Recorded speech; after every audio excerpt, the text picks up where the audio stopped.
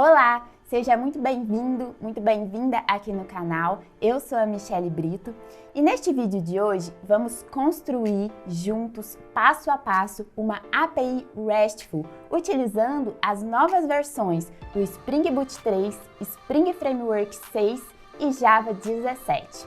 Mas antes de mais nada, eu quero contar uma novidade para vocês. Eu acabei de postar a quarta edição do e-book gratuito Spring Boot da API REST aos microservices. E para baixar, é só vocês então acessar o link que está aqui na descrição. Este e-book que tem muito do conteúdo que vamos ver agora durante este vídeo e muito mais, envolvendo conceitos, definições, desde beans do Spring, também Core Container, Spring Framework, também sobre API, os modelos de maturidade, também a arquitetura REST, até os microservices com Spring Boot. Então, para você conferir todo este conteúdo, é só fazer o download deste e-book pelo link aqui na descrição. E agora, vamos começar a construir, a colocar a mão na massa também daqui a pouquinho, nessa API RESTful completa, envolvendo todos os métodos de um CRUD e, claro, seguindo o modelo de maturidade de Richardson, para a gente, ao final, chegar a uma API RESTful. Mas antes de mais nada, vamos dar uma olhadinha, um rápido overview sobre o ecossistema Spring e os seus diversos projetos que podemos utilizar no dia a dia, no nosso desenvolvimento de aplicações Java.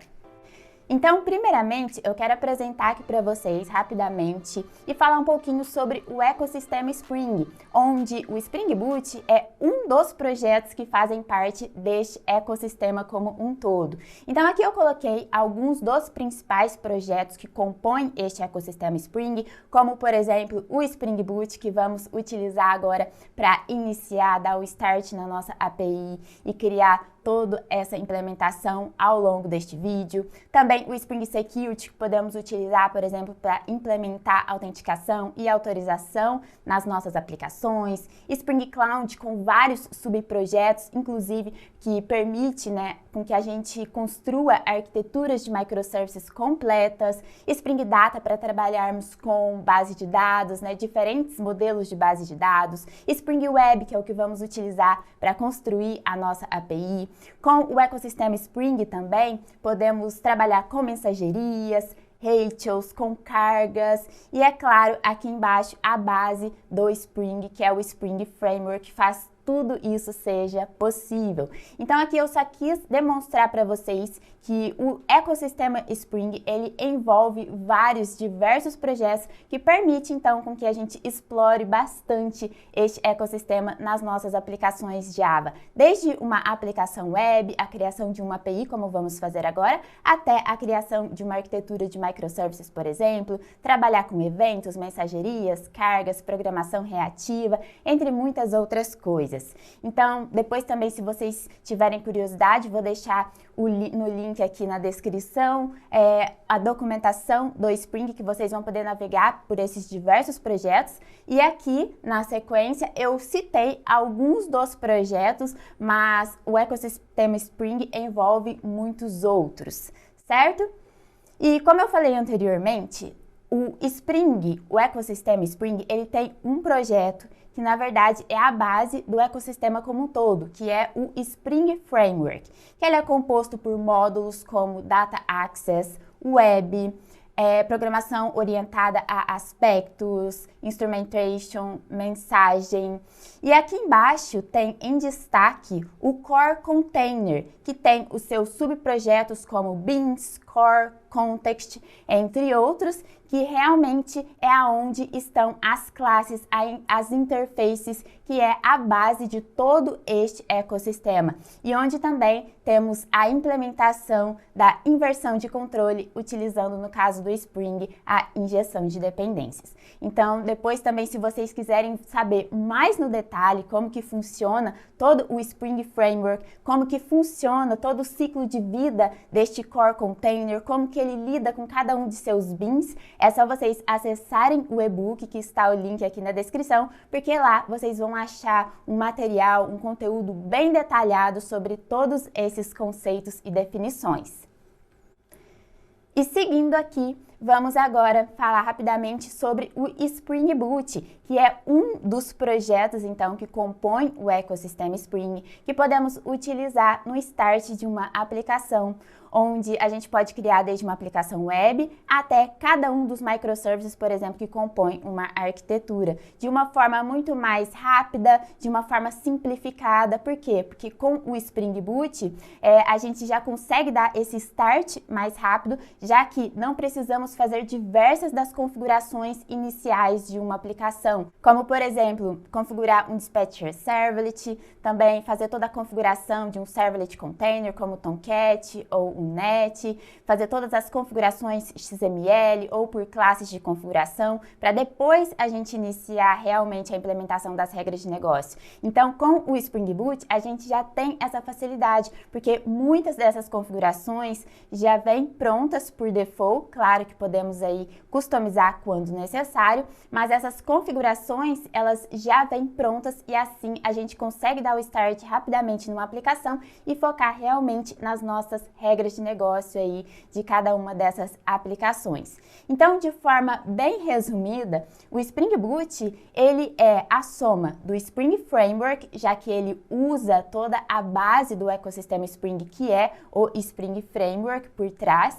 Então, ele é a soma do Spring Framework mais um servidor embutido, já que ele conta com um servlet container embutido, dependendo ali do que vamos utilizar, pode ser um Tomcat, pode ser um Net, por exemplo, menos as configurações via arquivos XML ou via também classes de configurações. Então, resumindo, temos aí um start e uma facilidade nas criações de aplicações Java com o ecossistema Spring. E o Spring Boot, ao longo dos anos, ele vem passando por diversas melhorias, atualizações e recentemente, tivemos aí uma grande atualização que saiu da versão 2.x para a versão 3.x, que inclusive vamos utilizar aqui durante este vídeo. Aqui eu coloquei para vocês, essa é uma imagem que eu também retirei da documentação oficial do Spring Boot, que a gente consegue visualizar, conforme foi evoluindo o Spring Boot ao longo dos últimos anos em relação às suas versões.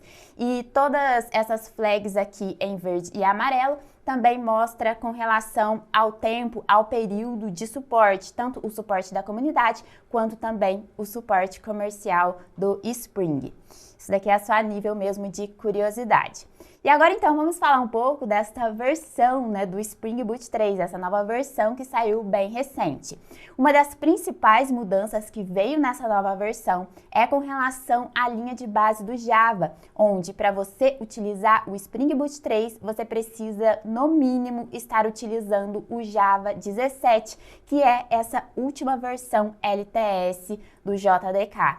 Então, se você estiver utilizando uma versão anterior, por exemplo, 11, 14, 16, você não vai conseguir utilizar do Spring Boot 3. Então, para fazer esse uso, ele exige, como requisito aí mínimo, a versão LTS JDK 17 ou superior. E a mesma coisa, para a questão também de compatibilidade, ele exige o Jakarta EE versão 9 ou superior. Tanto o Spring Boot 3 quanto o Spring Framework 6, a base de todo o ecossistema Spring, que também foi atualizada da versão 5.x para a versão 6.x. E assim como o Spring Boot, o Spring Framework também exige o Java 17. E também tivemos mudanças de nomenclatura de todos os pacotes Java E, os pacotes Javax, que foram renomeados para Jakarta. Então, por exemplo, quando a gente utilizava Javax Validation, Javax Persistence, agora vocês vão ver ali durante a nossa implementação que vamos continuar utilizando aí das mesmas dependências, propriedades, só que agora os nossos imports serão feitos utilizando da nomenclatura Jakarta Validation, Jakarta Persistence, Jakarta Servlet, entre outros. Também tivemos o suporte oficial para imagem nativa com Graal VM, que é essa forma com que a gente consegue iniciar, de forma mais rápida ainda uma aplicação, utilizando também menos uso de memória, também conseguindo uma maior performance. Então agora temos esse suporte oficial e também o novo projeto, a nova observabilidade que foi incluída no ecossistema Spring com essa nova mudança. No caso, o projeto Micrometer Tracing. No caso, tínhamos anteriormente, um projeto que se chamava Spring Cloud Slough, onde poderíamos, de uma forma bem rápida e simples também, implementar rastreamento distribuído nas nossas aplicações. E agora, este projeto, Spring Cloud Slough, ele parou de ser atualizado, né? Ele vai ser descontinuado e o projeto que vai ficar agora como oficial para observabilidade, ou seja, para a gente também continuar inserindo observabilidade, rastreamento distribuído e até utilizando a ferramenta Zipkin, por exemplo, é o projeto Micrometer Tracing, certo? Entre muitas outras melhorias e atualizações que tem nessa nova versão do Spring Boot 3, mas que vamos ver aí muitas dessas agora na prática durante a implementação da nossa API RESTful. Ok, então agora vamos começar a implementar esta API RESTful seguindo o modelo de maturidade de Richardson, os seus 4 níveis, né? Utilizando então dessa nova versão Spring Boot 3. Mas para ficar um pouco mais fácil de visualizarmos o que vamos implementar daqui para frente, vou apresentar aqui a API que vamos construir. No caso, vai ser uma API de produtos, né? Products, API RESTful. Vamos utilizar aqui todos estes projetos Spring que estão listados aqui à esquerda, como por exemplo o Spring Boot 3, para iniciar e criar toda essa aplicação. Também vamos utilizar o Java 17.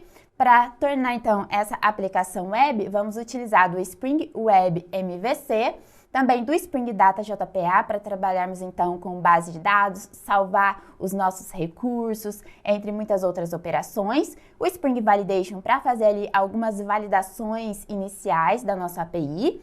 E também o Spring Ratios, que é um dos projetos também do Spring Framework, do ecossistema Spring como um todo, que permite com que a gente implemente hipermídias e assim a gente satisfaça mais um nível de maturidade de Richardson. Muitos casos, né, muitas APIs não apresentam essa implementação de Ratios, né? Muitas vezes o que é o principal mesmo é uma boa documentação da API para que todos os seus clientes consigam ali facilmente se conectar e consumir aí todos os endpoints, mas levando em conta os níveis de maturidade de Richardson, que torna uma API RESTful, também vou contemplar aqui a implementação de Ratios para ficar então aí como exemplo e também como aprendizado quando houver necessidade de implementação. Então, aqui ao lado, né, deste lado direito, eu listei todos os endpoints que vamos implementar, que é nada mais que o nosso CRUD completo, né, envolvendo ali métodos POST para criação, create, também métodos read de leitura, envolvendo ali os métodos HTTP GET, também métodos para atualização, update, e também deleção. Certo? Então, a partir de agora, vamos começar a colocar a mão na massa,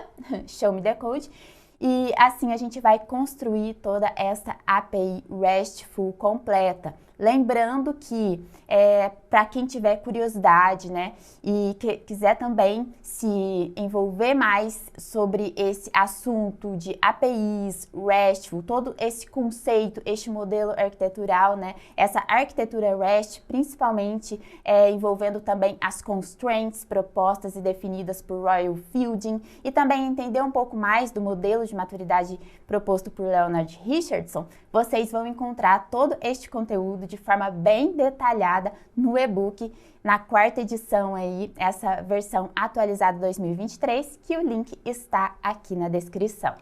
Então agora vamos começar a colocar a mão na massa.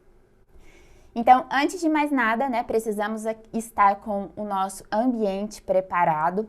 Como eu mencionei anteriormente, vamos utilizar do Java 17. Então, eu já vim aqui no site da Oracle, já fiz o download, instalei o Java 17 na minha máquina. Então, vocês precisam seguir, né, todo este mesmo passo a passo para ter este ambiente preparado para o desenvolvimento. E se vocês depois vierem aqui no site da Oracle, vocês vão conseguir visualizar o JDK 17, que é essa última versão LTS que está disponível, ou seja, a versão a longo prazo. Principalmente devemos tomar muito cuidado, né, ser cautelosos na escolha da versão que vamos escolher para um determinado software, para uma determinada aplicação, porque dependendo das versões, temos versões de curto prazo que vão sendo atualizadas a cada 6 meses, né, nos últimos anos, e também temos as versões LTS, que são essas versões Java que têm um suporte a longo prazo, que são aí mais apropriadas principalmente quando vamos colocar uma aplicação, um sistema em produção. Então, neste caso, vou utilizar aqui o JDK 17 versão LTS, certo? E para iniciar, então, essa aplicação Spring Boot, vamos utilizar do site, né, dessa plataforma Spring Initializer. Então, tem outras formas de iniciar uma aplicação Spring Boot. Para quem estiver utilizando a IDE IntelliJ, por exemplo, podemos fazer diretamente dentro da IDE, mas agora vamos fazer aqui de uma forma mais genérica, mais default, também porque independente de qual IDE você vai estar utilizando, você pode iniciar aqui pelo Spring Initializer e depois fazer o import para a IDE que você desejar. Então, o Spring Initializer, com apenas aqui algumas definições, algumas escolhas, rapidamente já vamos conseguir aqui iniciar um projeto Spring Boot 3. Então, aqui dentro do Spring Initializer, a primeira opção que precisamos aqui definir é qual que vai ser o gerenciador de dependências que vamos utilizar. Aqui no caso, eu selecionei o Maven, né, que vamos então ali partir do arquivo pom.xml e vamos depois adicionando todas as dependências, né, tanto iniciais quanto as dependências que vamos precisando no decorrer desta implementação. Depois aqui precisamos definir qual que vai ser a linguagem, no caso o Java, e aqui embaixo a versão do Spring Boot. Sempre aqui vocês vão ver que ele já traz selecionado a versão corrente, a versão atual, e vocês podem ver que estamos já na versão 3.1.0 do Spring Boot. Então, como ela já veio selecionada por default, vamos utilizar a versão 3.1.0 do Spring Boot, e aqui embaixo vamos preencher alguns metadados, como por exemplo, group, artifact, name, description, entre outras coisas. No caso, group, eu vou deixar da forma que está, com .example, e aqui embaixo no artifact, ao invés de demo, vou colocar Spring Boot.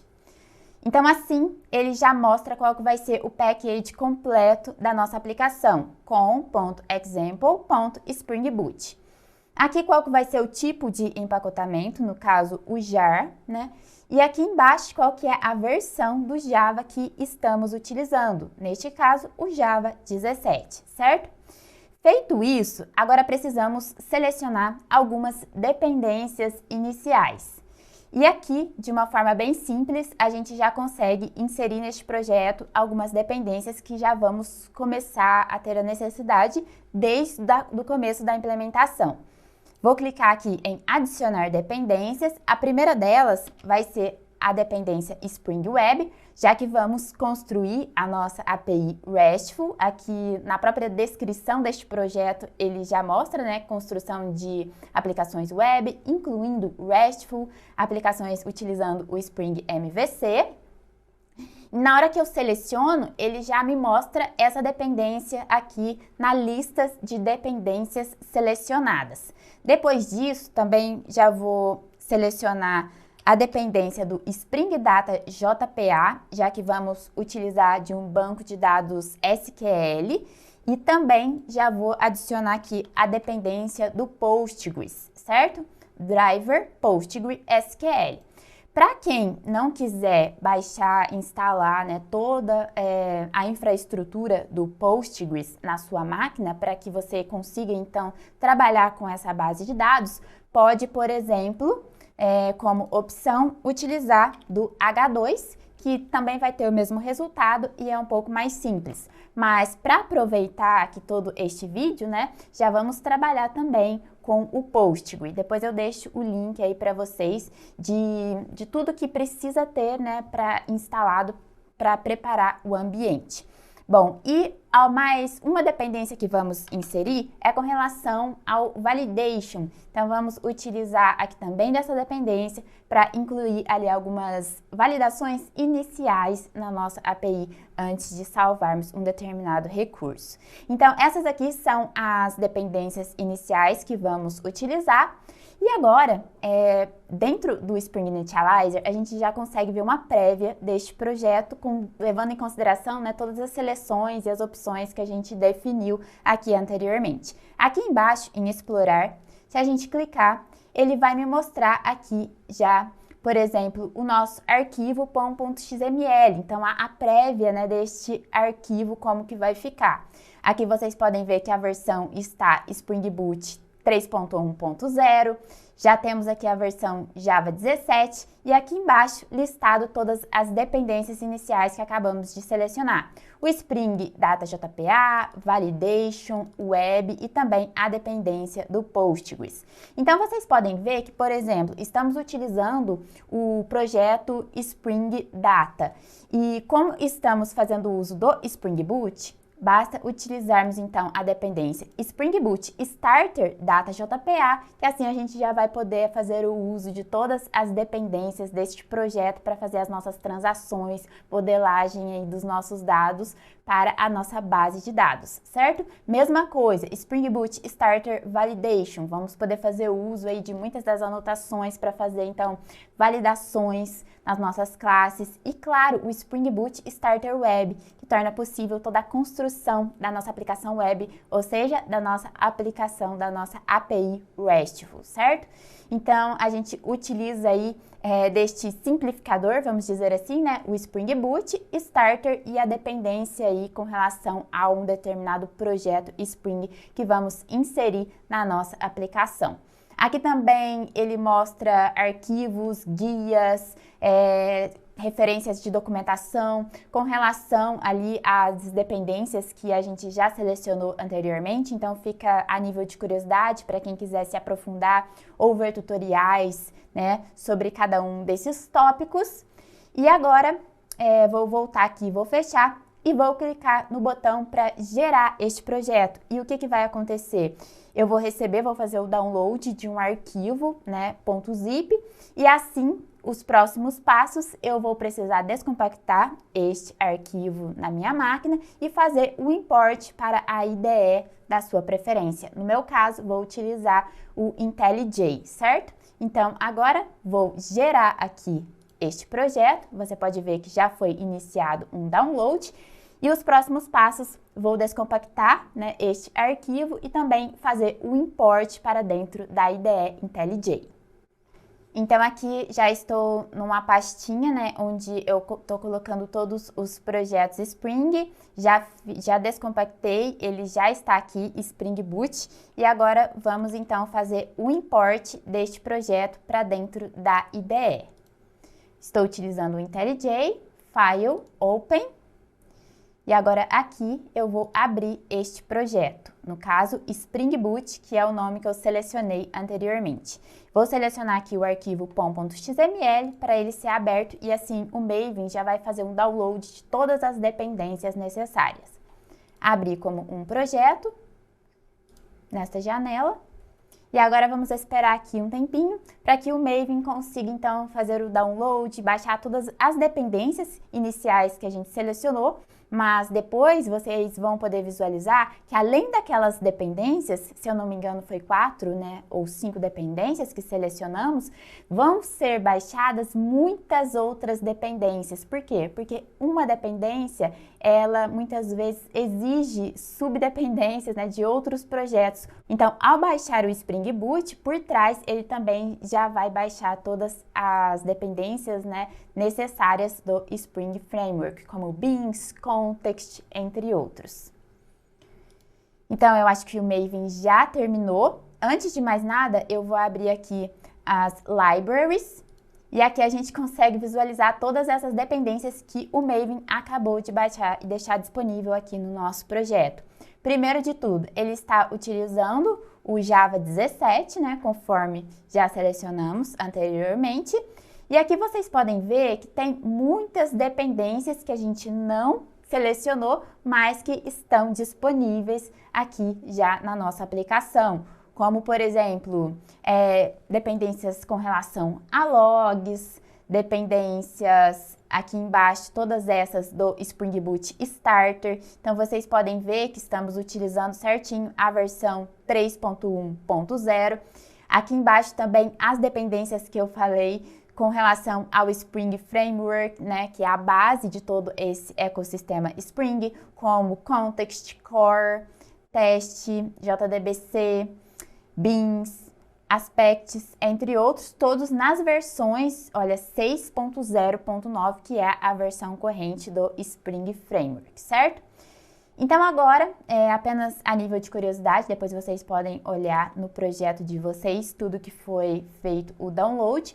Vamos dar uma olhadinha aqui no nosso arquivo pom.xml. Anteriormente, a gente já tinha visto a prévia lá dentro do Spring Initializer. Agora é o arquivo oficial aqui dentro da nossa ideia, da nossa aplicação, né? Com todas as mesmas propriedades que já tínhamos definido anteriormente. Também as dependências iniciais. E aqui ao lado, vamos visualizar como que ficou a estrutura inicial deste projeto, de um projeto Spring Boot. Então, vocês podem ver que na raiz temos aqui o arquivo pom.xml, né, onde está declarado todas essas dependências e demais configurações e versões deste projeto. E aqui dentro de source, main, java, a gente consegue visualizar o package completo que definimos também lá no Spring Initializer, que é com.example.springboot. E na raiz deste pacote temos essa classe já pronta, que é uma classe que ela é gerada com o projeto Spring Boot, que é a classe main, né? Vamos dizer assim, mas aqui no caso ele pega o nome do meu projeto, da minha aplicação. No caso, Spring Boot Application, que vem com a anotação @Spring Boot Application para mostrar que essa é a classe principal da aplicação, onde a gente pode iniciar essa aplicação utilizando, no caso aqui do IntelliJ, destes botões de atalho, esses players, né, em verde. Então, a gente pode utilizar de cada um desses atalhos para iniciar rapidamente e dar o start nessa aplicação. Outra coisa também que ele já traz é este pacote resources, né, com o arquivo application.properties, que vamos utilizar para definir configurações de base de dados, por exemplo, se você estiver utilizando filas, entre muitas outras coisas, né, que podemos utilizar deste arquivo para criar essas definições e essas configurações. E também ele já traz aqui alguns pacotes como static e templates. No caso, se estivéssemos construindo uma aplicação MVC com a camada view também, poderíamos fazer o uso desses pacotes para inserir aqui as nossas views, né, as nossas interfaces dos usuários. Mas como não vamos fazer nenhuma view, não vamos implementar nenhuma view, estamos implementando uma API, onde vamos fazer ali todas as chamadas via Postman ou via mesmo navegador. Então, vamos aqui deletar inicialmente essas pastinhas. E esse daqui, então, é a estrutura inicial do nosso projeto Spring Boot 3, certo?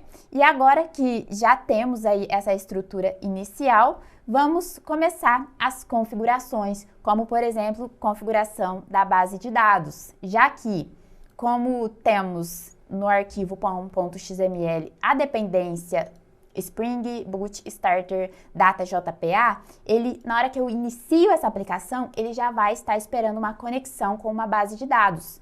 Então, por isso que a primeira coisa que vamos fazer aqui, vamos já fazer essa conexão para ficar tudo certo e depois a gente dá continuidade na nossa implementação da nossa API RESTful.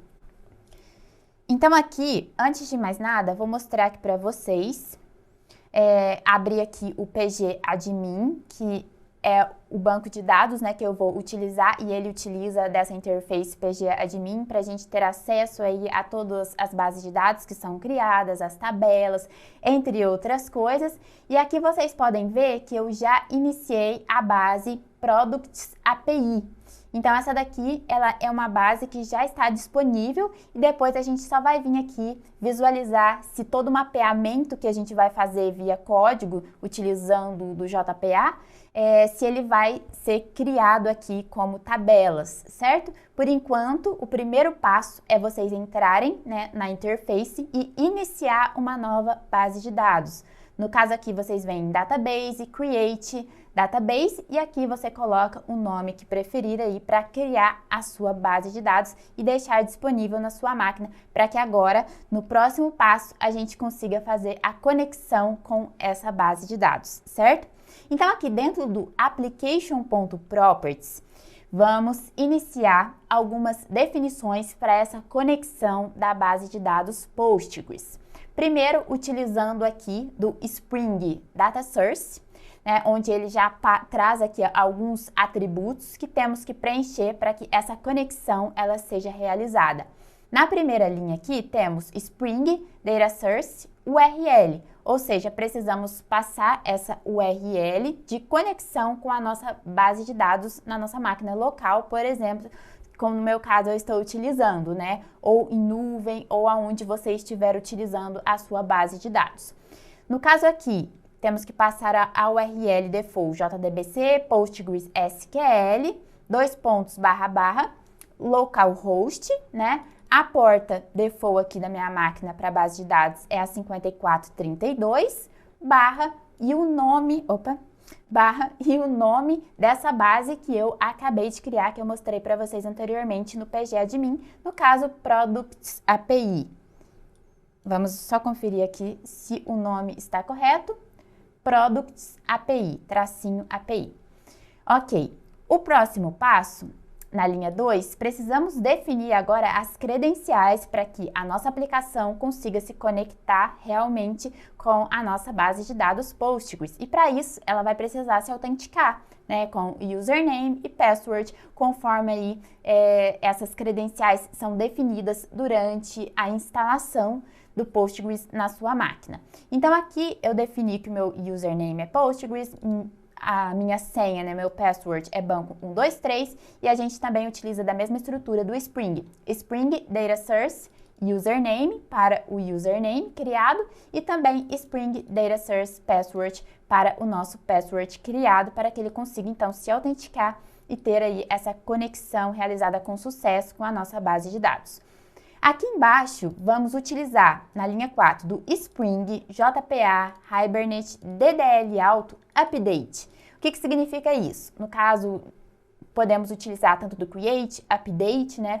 Eu estou configurando este DDL Auto, ou seja, todo o mapeamento que vamos fazer via códigos na hora que formos criar o nosso model, por exemplo, eu estou habilitando que todo este mapeamento feito em Java, ele seja criado através de tabelas na base de dados. Então, mais para frente, né, vamos criar, por exemplo, a entidade, o model produto, vamos então mapear os seus atributos e cada um desses atributos, por exemplo, vão ser as colunas do banco da tabela produtos. Então, dessa forma, sempre que a gente inicia uma aplicação, né, que a gente inicia essa aplicação, se essa tabela não existir na base de dados, ele vai criar isso automaticamente, assim como também todas as colunas necessárias com relação a cada um desses atributos, regras que a gente colocar, chaves, né?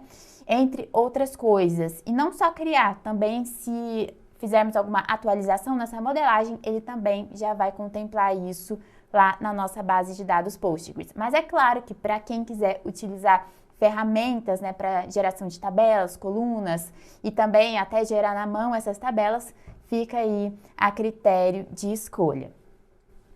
E agora aqui, na próxima linha, a linha 6, vou deixar um espacinho aqui só para ficar mais fácil de visualizar, eu coloquei aqui uma propriedade Spring JPA Properties Hibernate JDBC Lobby Non-Creation Contextual igual a true. Então aqui eu estou habilitando para que não sejam criados logs do Hibernate. Por quê? Porque são alguns logs, né, que durante a inicialização e execução da aplicação, o Hibernate ele procura metadados do Postgres e em casos que ele não encontra, por exemplo, vai ficar aparecendo um tanto de logs de erros no nosso console. Então, para evitar aí esses conflitos, eu vou desabilitar essa criação aí desses logs do Hibernate, certo? Utilizando então essa definição aqui da linha 6. Feito isso, já temos a nossa conexão com a base de dados. E agora o próximo passo é começarmos a implementar a nossa entidade, né? O nosso módulo, para que seja criada toda a tabela, as colunas e a gente tenha já a nossa primeira entidade mapeada, utilizando, claro, o JPA com Java, né? E depois isso vai refletir na nossa base de dados e a gente vai conferir para ver se tudo está certinho e se está sendo gerado conforme o esperado. Então aqui na nossa estrutura, temos aqui o nosso pacote raiz e aqui dentro essa classe ela tem que ficar na raiz do projeto. Mas para ficar de forma mais sugestiva e organizada, vamos criar aqui alguns packages para dividir os models, os DTOs, controllers, repositories, entre outras coisas. Então aqui new package, vou criar aqui o primeiro, que vai ser models, onde vamos criar o nosso primeiro model, que vai ser o product model. Então, aqui dentro agora deste novo pacote, vou clicar em new Java Class. Vamos criar aqui a nossa primeira classe. E essa classe, ela vai se chamar Product Model. Então, vamos construir uma API de produtos, como eu mostrei no slide, anteriormente. E lembrando que vamos criar essa API para que ela seja RESTful, seguindo o modelo de maturidade definido por Leonard Richardson, que ele considera, então, 4 níveis para que uma API atinja e seja considerada RESTful. Mas conforme a gente vai implementando, eu vou mostrando e citando aí cada um desses níveis, lembrando que todos os detalhes, tanto deste modelo de maturidade, quanto da arquitetura REST, também das constraints definidas por Royal Fielding, você pode encontrar nos detalhes no e-book que está com o link aqui na descrição. Então aqui, Product Model, vamos iniciar essa nova classe Java. E para que ela seja, então, uma entidade da base de dados, para que a gente faça esse mapeamento de uma classe Java para uma entidade no banco, precisamos utilizar aqui de algumas anotações para isso, que já facilita todo este processo. Como, por exemplo, @entity e também @table. Aqui no caso precisamos passar o nome e qual que vai ser o nome da nossa tabela. Vai ser a TB Products, TB-Products, ok? E feito isso também, já vamos aqui implementar o Serializable, que é essa interface onde a gente mostra para a JVM que essa é uma classe que ela está habilitada a passar por serializações, certo? Essa interface, ela é apenas de marcação, ela não tem nenhum método para a gente implementar, é apenas para mostrar mesmo para a JVM. Aqui vamos fazer o import e também já vou definir o serial version, o ID, aqui logo no início dessa classe, que é um número de controle de versão de cada uma dessas classes que forem serializadas quando houver necessidade. Outra coisa também que vocês já podem observar é que essas anotações que utilizamos aqui anteriormente, tanto @entity quanto @table, para a gente criar então este mapeamento da nossa classe Java para que ela seja uma tabela na base de dados, utilizamos aqui dessas duas anotações que pertencem ao pacote Jakarta Persistence. Então aqui é um dos pontos de mudança, com essa nova versão Spring Boot 3. Antes, todas essas anotações de persistências, por exemplo, faziam parte do Javax Persistence Entity Table, e agora vocês podem ver que houve essa mudança de nomenclatura, então agora elas fazem parte do pacote Jakarta Persistence Entity Table e assim por diante, certo? Ok, agora aqui embaixo já vamos também iniciar os atributos do nosso model, que vai ser cada uma das colunas da tabela. Então aqui o nosso Product Model vai ter 3 atributos a princípio, um ID, né, o ID Product, um nome e também um valor. Então, esse produto ele vai ter um nome, um valor e um identificador único. Então, antes de mais nada, eu vou fazer todos os imports necessários. Aqui vocês podem ver também que o @id, ele pertence ao pacote Jakarta Persistence também. Vamos fazer aqui o import do Generated Value, que também faz parte do Jakarta Persistence. E aqui vou fazer o import do UUID e do Big Décimo.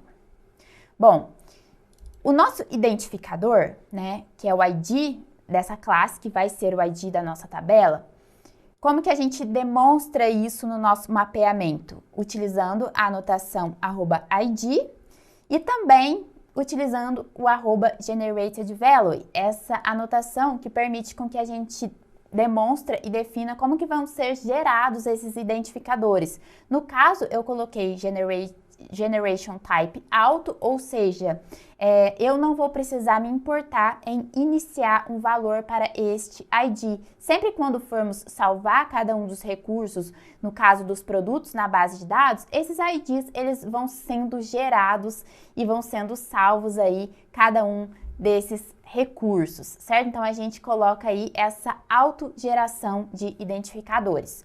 Outro ponto também muito importante é que vocês podem ver que eu estou utilizando de um identificador do tipo UUID.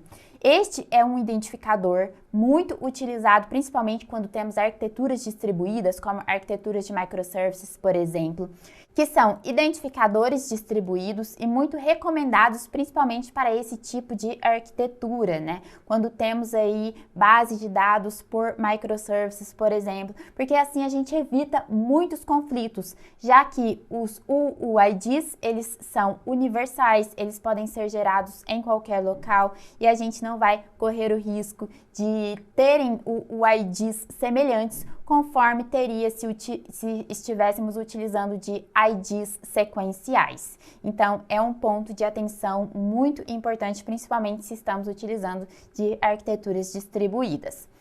Também um nome, né, um atributo Private String Name, né, do tipo string, e um valor para esse produto, no caso, um valor do tipo Big Decimal.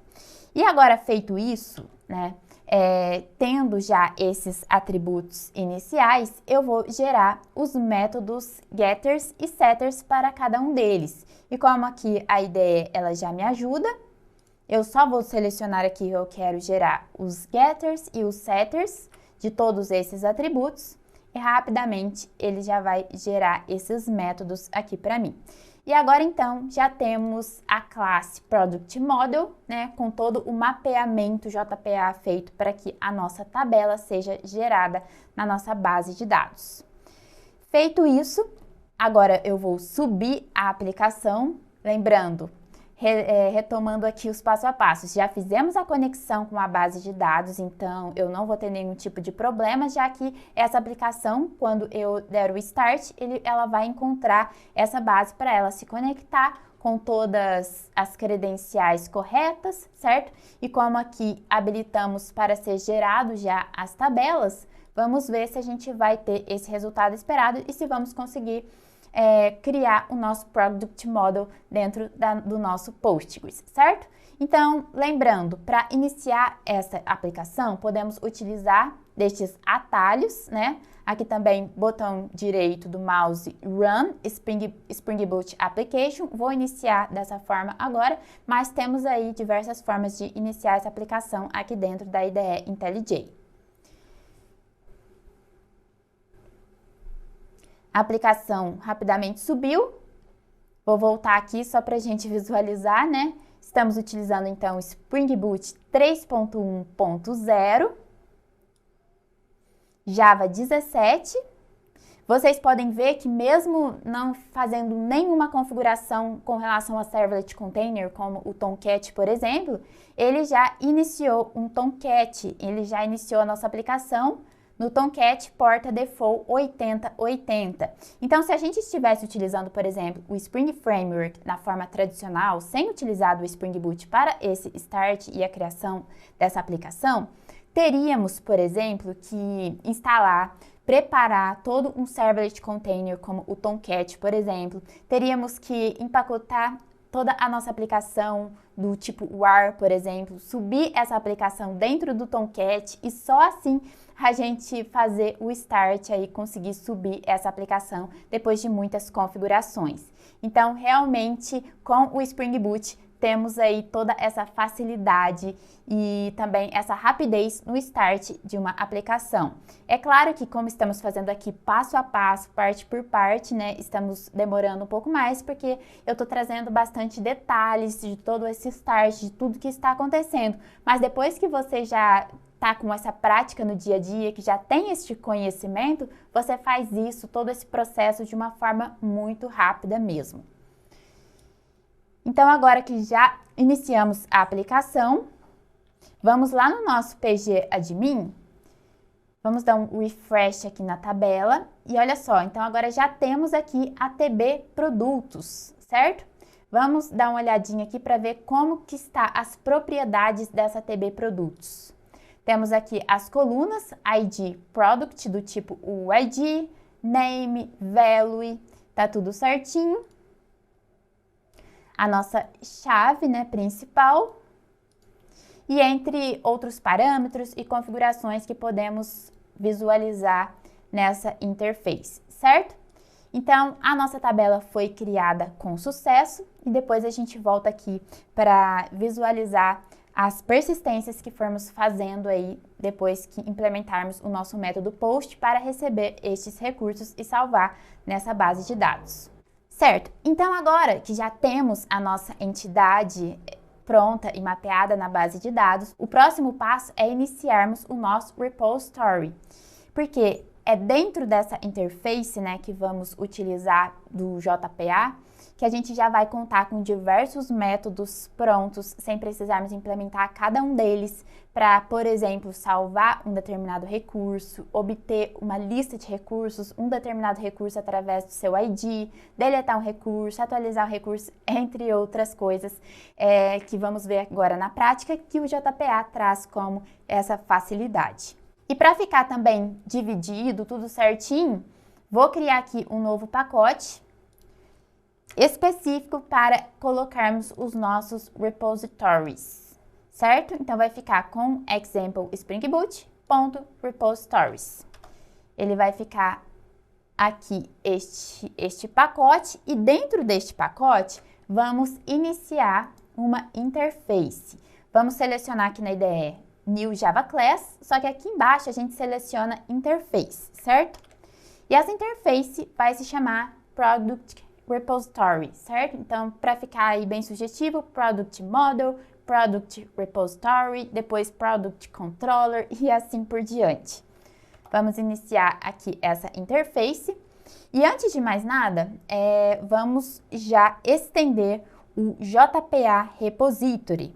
Por quê? Porque dessa forma, estendendo o JPA Repository, aí sim a gente vai habilitar este poder a essa interface, a este Product Repository, porque vamos habilitar todos esses métodos prontos que eu mencionei anteriormente. Para isso, precisamos estender o JPA Repository. E aqui dentro precisamos passar qual que é a entidade, qual que é o model que este repositório ele vai contemplar, no caso, o nosso Product Model, vamos importar, e qual que é o tipo de identificador que ele utiliza, que no caso é o nosso UUID. Feito isso, feito todos os imports necessários, outra coisa também que vou deixar, né, aqui para que fique bem sugestivo é com relação aos bins do Spring.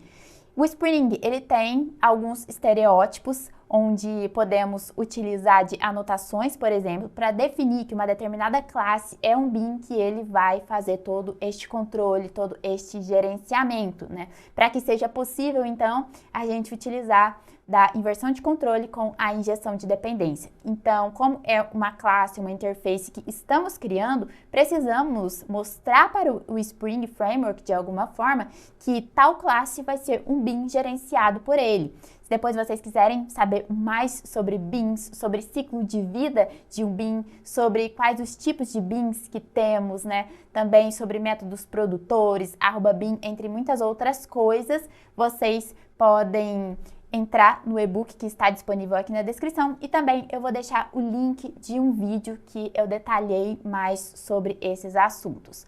Então, para deixar mais sugestivo e rapidamente aqui resumir, o Spring ele tem 4 estereótipos diferentes. No caso, @component, quando temos uma classe mais genérica, podemos utilizar da anotação @component para mostrar para o Spring que ela vai ser um bin gerenciado por ele.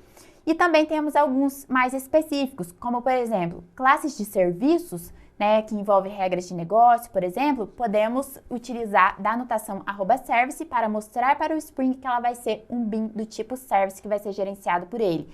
Temos também a anotação @repository, que podemos mostrar para o Spring, né, que é mais um estereótipo, que aquela classe, aquela interface vai ser um bin gerenciada por ele, do tipo que vai ter transações com base de dados, por exemplo. Mesma coisa com o @controller, que é mais um estereótipo, né?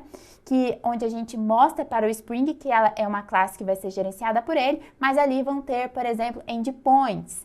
Então, fica mais sugestivo aí quando a gente utiliza cada um desses estereótipos para cada caso. Então, para deixar aqui de forma mais explícita, vou utilizar aqui a anotação @repository. Vocês podem ver que ela é um stereotype do Spring Framework, para deixar mesmo bem explícito que vai ser um bin gerenciado pelo Spring. Porém, neste caso, que é assim bem específico, poderíamos muito bem utilizar dessa interface, criar os seus pontos de injeção onde necessário, sem declarar essa anotação, esse stereotype do Spring. Por quê? Porque já estamos utilizando do JPA Repository.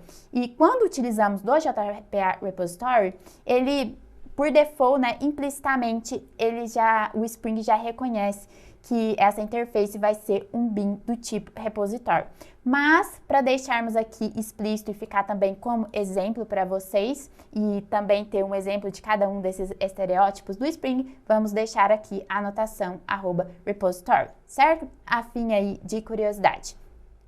Feito isso, agora já temos o nosso repository pronto e vamos poder já utilizar daqueles métodos que eu mencionei anteriormente quando houver necessidade, ou seja, quando formos implementar o nosso CRUD completo no controller.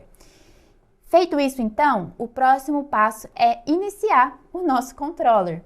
Para ficar também dividido corretamente, vou criar aqui o pacote controllers e aqui dentro new Java class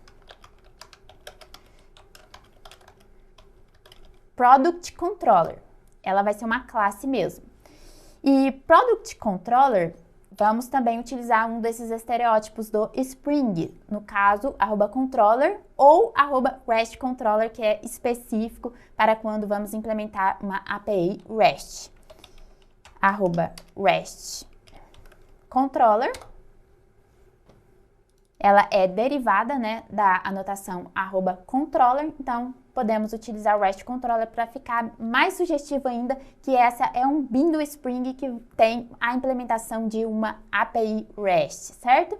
E agora, para já deixar também pronto para utilizarmos do nosso repositório que acabamos de criar, já vamos criar aqui também um ponto de injeção de Product Repository, certo? Temos aqui algumas formas de iniciar este ponto de injeção. Por exemplo, podemos utilizar de via construtores, podemos utilizar do @authorWrite do Spring. Vou utilizar aqui do @authorWrite, mas para quem também desejar depois, a gente pode até fazer um teste trocando o @authorWrite pelo construtor, certo? Vamos iniciar então aqui o nosso Product Repository, que é um ponto de injeção para essa interface, para que a gente tenha acesso a todos esses métodos JPA quando houver necessidade. Bom, e agora que já temos o nosso Product Controller, né, já podemos começar a implementar os métodos CRUD. Os métodos, por exemplo, para salvar um determinado produto, métodos também para leitura, né, para listar determinados produtos ou um produto em específico, para deletar um produto e também para atualizar um determinado produto. Então, o primeiro método que vamos iniciar vai ser o POST, para receber este recurso, fazer uma validação inicial e salvar na base de dados. Só que antes de mais nada, para a gente receber estes valores via JSON, a gente vai precisar mapear estes campos. E para isso, a gente ou poderia, por exemplo, utilizar o próprio model para receber, né, fazer essa conversão do JSON e receber em objeto Java, mas vamos utilizar também de uma feature que é com relação ao Java 16, que foi inserida oficialmente, que são os records, que é essa possibilidade de bem facilmente iniciarmos esses objetos para transferência de dados, como os DTOs, por exemplo. Então, vamos criar um DTO agora para receber os dados deste nosso recurso produtos, fazer a validação inicial, se tudo estiver certo, aí a gente faz a conversão para o model e salva este recurso na base de dados, certo? Então, vamos utilizar de records para a criação deste DTO, ou seja, Data Transfer Object, né? Esses objetos de transferência de dados em Java. Então, aqui, da mesma forma, vou criar um novo pacote para os nossos DTOs. E este DTO, ele vai se chamar, para ficar bem sugestivo, né, que estamos utilizando de records, ele vai se chamar Product Record DTO. Então, new Java Class, vou colocar aqui o nome, Product Record DTO, só que aqui não vamos utilizar o class, vamos selecionar o record, que é esse tipo especial do Java.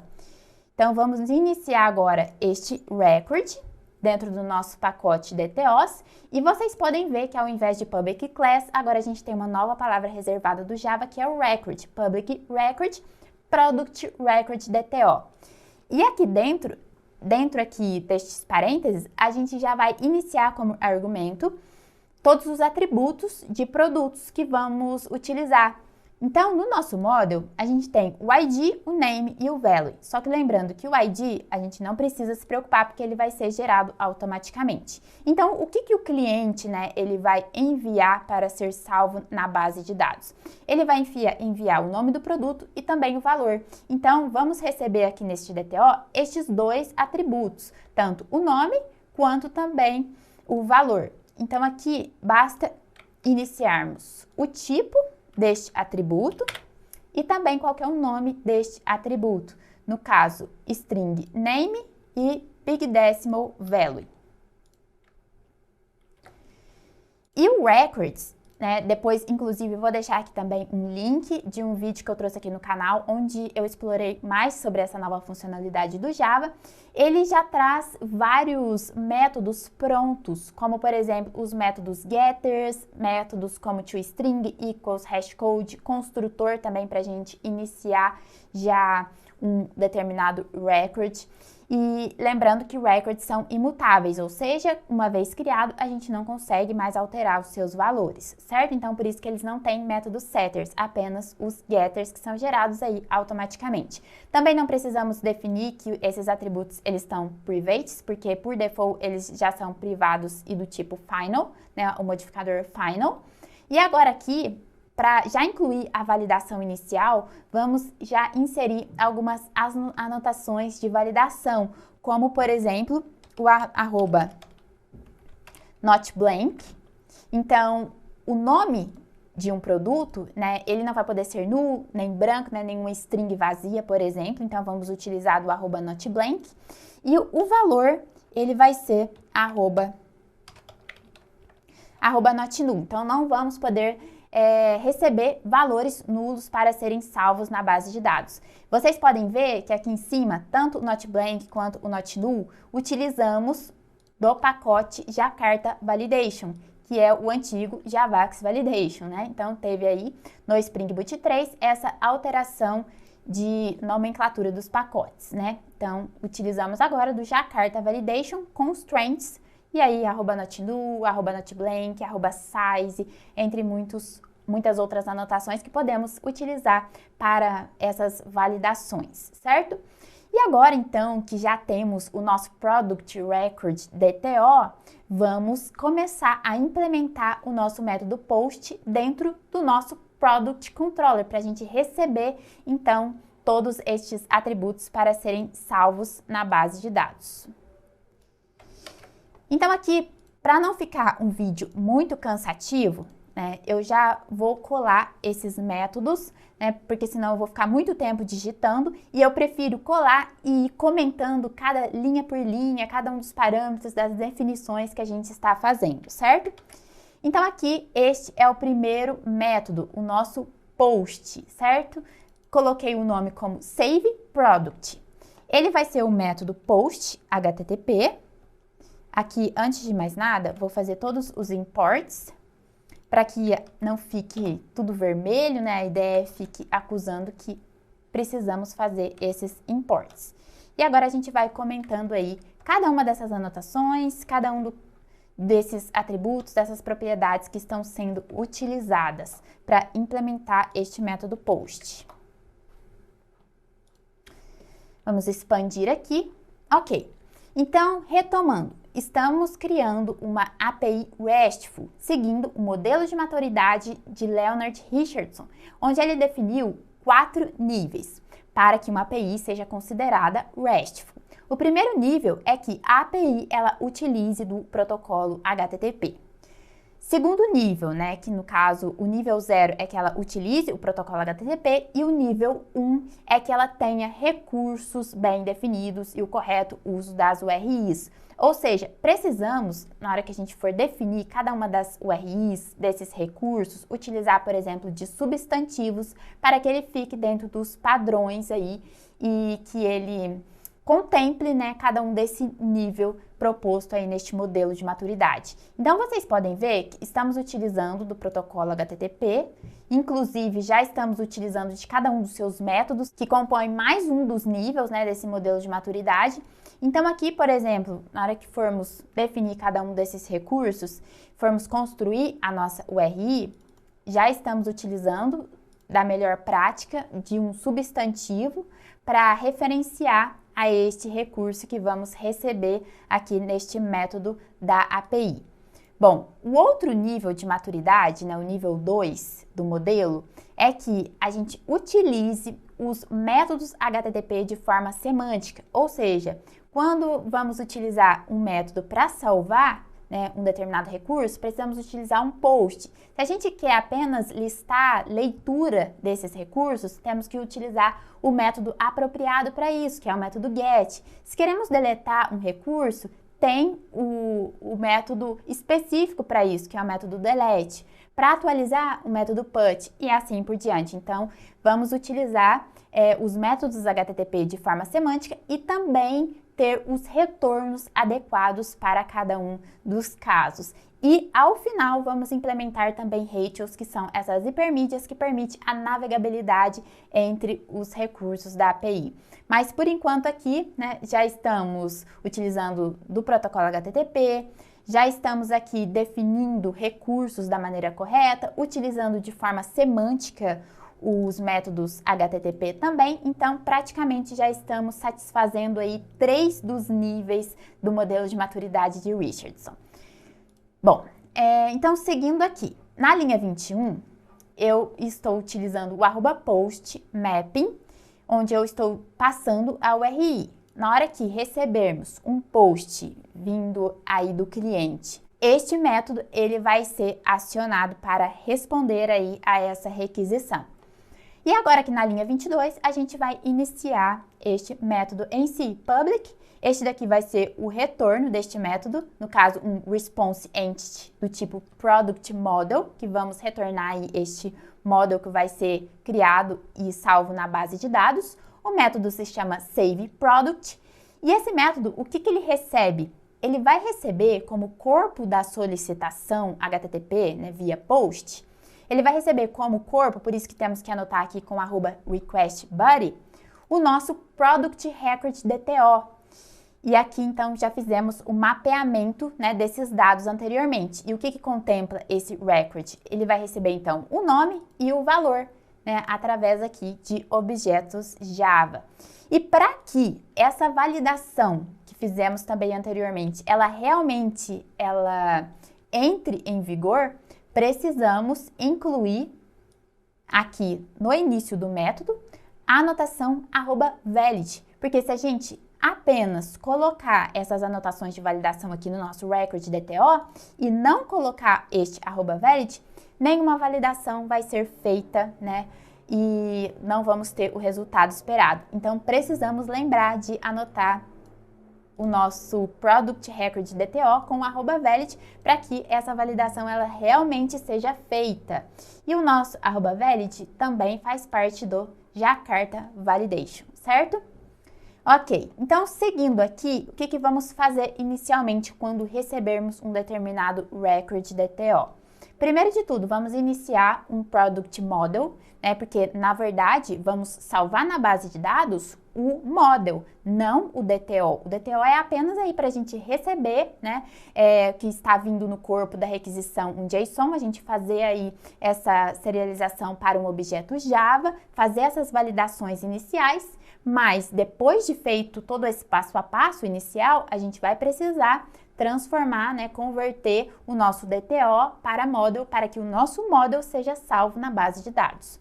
Então, aqui eu vou iniciar um Product Model. Já estou utilizando aqui do var, que foi inserido também uma funcionalidade no Java 10, onde ao invés de termos que declarar o tipo, né, dessa instância, desse objeto em ambos os lados, utilizando do var dentro de um escopo fechado, a gente pode fazer essa definição apenas do lado direito, e não do lado direito e do lado esquerdo. A gente consegue aí poupar um pouquinho de código. Seguindo, iniciando aí o Product Model e já tendo recebido do cliente o nosso Product Record DTO, o próximo passo na linha 24 é fazer essa conversão de DTO para Model. E para isso a gente pode utilizar um recurso do próprio Spring, que é o beanutils.copyProperties, que é este método que ele recebe o que vai ser convertido e o tipo que ele vai ser convertido aí para realizar essa conversão em si. Então, ele recebe o Product Record DTO, que vai ser convertido em Product Model. E feito essa conversão na linha 24, né? Claro que tem muitos outros tipos de conversão, como Model Mapper, Object Mapper, entre outros, mas em casos mais simples como esse, podemos aí rapidamente e facilmente utilizar deste recurso do Spring. Feita essa conversão, então, na linha 24, aqui na linha 25, eu já estou construindo o retorno. Lembra que o nosso método ele tem como retorno um response entity do tipo Product Model? Então, iniciamos aqui esse response entity, onde ele é construído em duas partes. Primeiro, status, ou seja, se tudo ocorreu bem, temos que utilizar também de retornos coerentes com cada caso, né, que também para satisfazer a maturidade de Richardson. Então, como estamos criando um recurso na base de dados, precisamos enviar para o cliente que esse recurso ele foi criado. Então, utilizamos o HTTP status created, que é o 201, como status, e no corpo dessa resposta, a gente pode enviar o que foi salvo, ou seja, o nome, o valor que o cliente entrou e também o UUID que vai ser gerado na hora que for feito esse salvamento na base de dados Postgres. E como que a gente então vai fazer todo este salvamento deste recurso? Já que estamos utilizando do Product Repository, lembra que eu falei para vocês que a gente tem métodos, né, que nos permitem uma facilidade, métodos JPA, sem a gente precisar criar cada um desses métodos e a gente consegue utilizar eles de uma forma bem simples. Por exemplo, aqui a gente já havia feito o ponto de injeção. Olha só, a gente tem uma gama aqui de métodos que podemos utilizar. Find all, inclusive utilizar de sort, paginação, find by ID, save, save all, delete, entre muitos outros. E o que a gente vai utilizar agora é o método save. Então, Product Repository, .save e aqui dentro a gente passa o Product Model, que já foi convertido, né, e já teve os seus campos populados com os valores recebidos aqui do DTO. E o ID vai ser gerado quando for realizado, então, essa transação com a base de dados, certo? Então, aqui eu vou colocar um breakpoint, vamos subir essa aplicação no modo de debug, só para a gente visualizar agora este fluxo aí que vai ser realizado. A aplicação já subiu. Para isso, eu vou utilizar o Postman, certo? Então, eu já deixei o Postman aqui preparado. Estamos aqui utilizando o método post. A URL, temos que passar a URL completa, no caso HTTP localhost 8080, que é a porta default do Tomcat, que o nosso Spring ele foi iniciado, /products, que é essa URI que acabamos de definir ali para o método post, certo? Feito isso, no nosso body, eu tenho que passar o nosso JSON, os dois atributos que estamos trabalhando, tanto o nome quanto o valor. E agora a gente vai, então, enviar essa solicitação para a nossa aplicação que eu acabei de dar o start. Então, aqui, olha só, ele já iniciou. O método SaveProduct já foi ali acionado e ele já vai começar a responder. Então, vamos passar aqui por cada um desses pontos. Primeiro, eu recebi o Product Record DTO. Aqui dentro, vocês podem ver que eu já recebi, né, utilizando do nosso record, ou seja, do nosso objeto Java, o nome, monitor Dell 27, que eu coloquei aqui, e um valor. E agora, já iniciei o nosso Product Model. Por enquanto, ele está vazio, tanto ID, name, valor, tudo vazio. E agora, utilizando a linha 24, vamos utilizar o bin-utils para fazer essa conversão de DTO para model. Feito isso, agora, antes de salvar, vamos dar uma olhadinha aqui em como que está o nosso Product Model. Olha só, então ele já tem os valores de nome e o valor do produto. E, por enquanto, o ID do produto está null, porque ele ainda vai ser gerado, certo?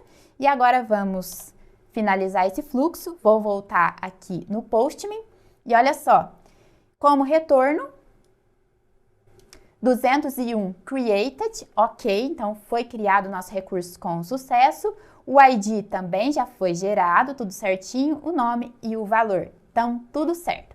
Agora vamos só fazer mais um pequeno teste, né? Eu vou tentar enviar essa solicitação com o nome do produto em uma string vazia. Vamos ver se a gente vai receber, né, o nosso badge request conforme as validações que a gente já inseriu anteriormente, já que o nome ele está como not blank, ele não pode ser nulo, não pode ser uma string vazia.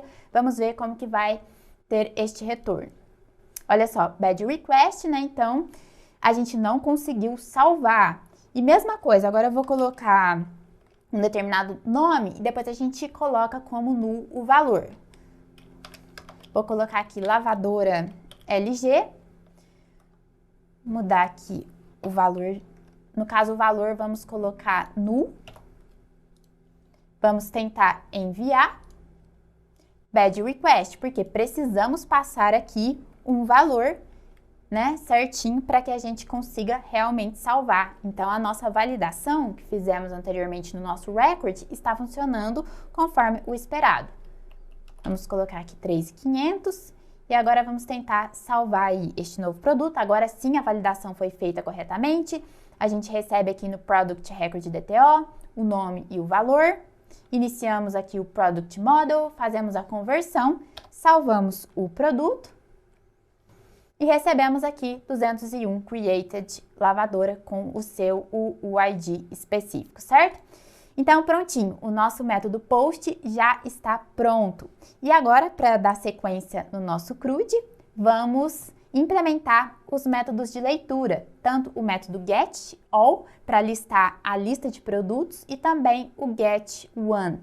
Lembrando, pessoal, que com relação a bad request, para aparecer mensagens específicas para que o cliente saiba, né, o que ele fez de errado, qual que é o campo que precisa, que não está sendo enviado, podemos implementar muitas melhorias, como, por exemplo, customização de mensagens, customizações de erros, inserir um custom validation, também configurar o exception handling, entre muitas outras coisas que fica aí como melhorias e depois como complementos para vocês implementarem na API.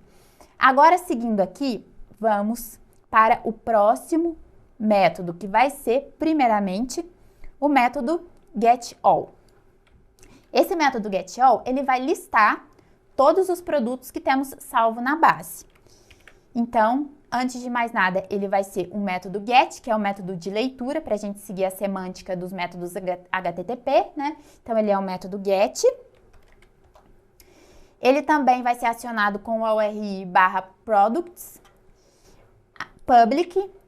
O retorno dele vai ser um response entity, porém no corpo ele vai ter uma lista de produtos, uma lista de product model. Então aqui vamos importar o list do Java. Este método ele vai se chamar getAllProducts, não tem nenhuma entrada, e ele vai ter como retorno o response entity com o status HTTP OK, o status 200, e o corpo dessa resposta vai ter a lista, né, de todos os recursos que estão salvos na base de dados. E para isso a gente utiliza do product repository.findAll, que é esse método também já pronto do JPA, que ele já faz um select de todos os recursos salvos na base, certo? E assim aí a gente já vai ter a implementação do método getAll. Vou aqui novamente para a aplicação, vamos subir a aplicação e fazer o teste no Postman deste novo método. A aplicação já subiu. Já deixei ele mapeado aqui no Postman também, método get, sempre temos que selecionar aqui o método correto, método get, localhost 8080/products. Vamos aqui enviar a solicitação e olha só, 200 OK, e ele me listou os dois produtos que eu tenho salvo na base de dados. E o próximo passo é a gente implementar também um outro método de leitura, porém agora ele não vai me listar todos os recursos, mas sim um único recurso específico, porque além de pedir todos os produtos, né, /products ao URI, eu também vou passar o ID de qual que é o produto que eu quero visualizar. Então, esse método, eu vou chamar ele de getOne, ou seja, ele vai obter apenas um recurso. Ele vai ficar aqui embaixo do método getAll. Então, aqui vai entrar em cena algumas anotações, né, que ainda não utilizamos anteriormente, mas que vou passar aqui todo passo a passo. Então, o que temos de diferente com relação ao método getAllProducts? Este método getOneProduct, ele também utiliza do método getHTTP, @getMapping, e aqui eu defini que a URI, ela vai ser uma URI, vamos dizer assim, composta. Por quê? /products o ID, no caso o nosso é o UUID, né, do produto que eu quero visualizar. Então, ele vai fazer o select na base de um único produto, passando o ID específico que está vindo aqui na URI. É um método público. O response entity aqui está um pouco diferente, eu coloquei ele como um object, porque vamos ter dois tipos de respostas, né, de retorno, dependendo ali de algumas situações diferentes. Aqui dentro do método getOneProduct, a gente utiliza da notação @pathVariable para que a gente consiga obter este ID que está vindo aqui na URI. Então, a gente utiliza do pathVariable, passa qual que é o nome correto que está aqui na URI. Então, dentro de value, a gente tem que passar exatamente o que a gente definiu na URI para que ele consiga obter este valor. E aqui dentro, o nosso ID é do tipo UUID. Feito isso, o que a gente vai fazer antes de mais nada? Vamos na base de dados product repository, ponto, utilizar mais um dos métodos JPA prontos, que é o método find by ID, onde a gente passa o ID que estamos recebendo e ele vai fazer então um select na base, passando, né, a cláusula where quando o ID for igual a tal. E assim, se ele tiver algum retorno, ou seja, se existir aquele recurso com aquele ID, vamos receber aqui o product all como um optional, que é um desses tipos aí do Java, certo? Onde a gente pode aí trabalhar com alguns métodos já prontos. Então, por exemplo, vamos fazer essa pesquisa na base, find by ID. Se o product all ele existir, ele tiver um valor, retornar esse valor da base, a gente vai fazer uma checagem aqui bem simples, utilizando do optional. Product all.isEmpty, ou seja, esse opcional, ele está vazio? Se não teve nenhum retorno da base, vamos construir uma resposta para isso, que vai ser responseEntity.status, http status not found, né? E no corpo da resposta vamos colocar aqui uma mensagem que o produto não foi encontrado. Mas, se tivermos um retorno da base de dados, então esse if ele não vai se satisfazer e a gente vai então construir este segundo retorno.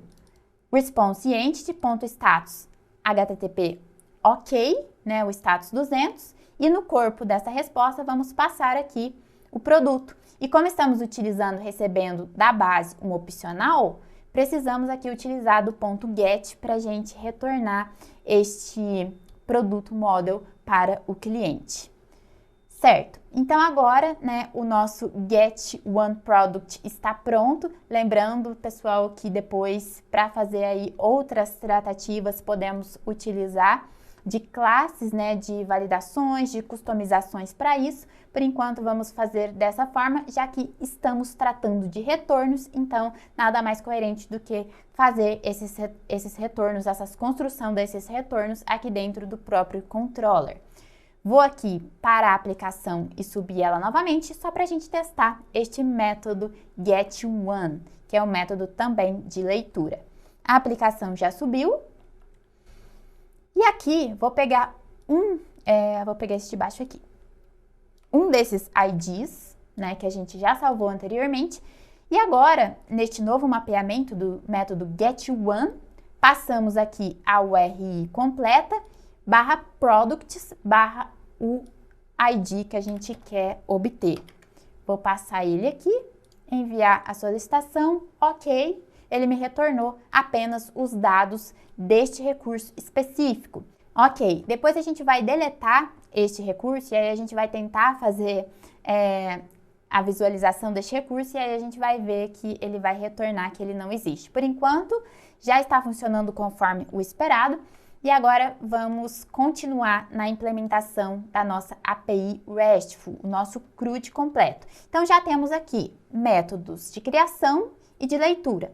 Agora o próximo método é o método de atualização, né, o update. Então vamos criar mais esse método aqui no nosso controller.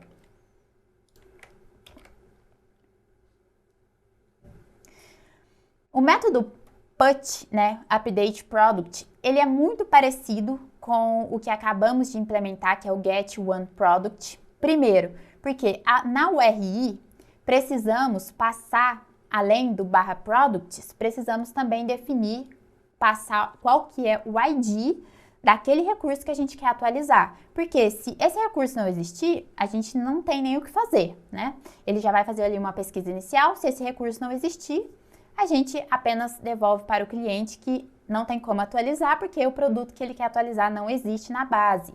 Vamos utilizar aqui do @putMapping, né, de forma semântica com HTTP. Também vai ter um retorno ResponseEntity do tipo Object, com retornos diferentes para situações diferentes. E o nosso Update Product, então aqui ele vai receber o Path Variable, o ID, que está vindo aqui na URI, e ele também vai receber o corpo da requisição, no caso, o Request Body, que vai receber ali os parâmetros nome e valor para serem atualizados. Por exemplo, eu quero atualizar o nome de um produto, o valor daquele produto, então eu vou também passar esses campos no nosso Product Record DTO. Lembrando que para a validação também acontecer, aqui neste caso também precisamos utilizar do @valid, certo? Feito isso, o que a gente vai fazer no início desse método? Primeiro de tudo, tá vindo um ID. Então, antes de atualizar, né, é melhor eu ir na base de dados, ver se esse recurso existe. Se esse recurso não existir, a gente nem precisa fazer nenhuma transação. A gente apenas vai montar a mesma resposta que fizemos ali anteriormente e enviar para o cliente um status HTTP not found, dizendo que esse produto não existe. Mas, se esse produto existir, então o que a gente precisa fazer? A gente vai precisar atualizar os campos que está vindo, né, que estamos recebendo do cliente. Para isso, lembrando que aqui, ó, na linha 47, a gente já buscou este produto na base de dados. Então, se ele existe, ele não vai entrar nesse if e vai vir aqui para a linha 51. Nesse caso, a gente vai iniciar também um Product Model para ser atualizado na base de dados, só que a gente não vai iniciar um Product Model, uma instância do zero. A gente vai atribuir o valor que a gente já recebeu da base de dados. Por quê? Porque o ID deste recurso já está populado, ele já existe. Então, a gente não pode iniciar um Product Model novo. A gente precisa considerar o ID que já existe para que a gente apenas mude os campos ali como nome e valor e o ID ele permaneça o mesmo, certo? Então, por isso que aqui a gente vai iniciar o nosso Product Model e aqui eu vou utilizar o Product Optional.get que a gente já buscou anteriormente, teve como resultado vindo do select da base de dados. Feito isso, aí segue conforme que a gente já fez no método post. A gente precisa fazer a conversão dos campos, né, atualizados do nosso record, a conversão, então, do DTO para o nosso Product Model. E depois disso, a gente já vai salvar, né, este produto utilizando também do save, mas lembrando, passando o mesmo ID para que não seja criado outro recurso, mas apenas atualizado aquele recurso que já existe.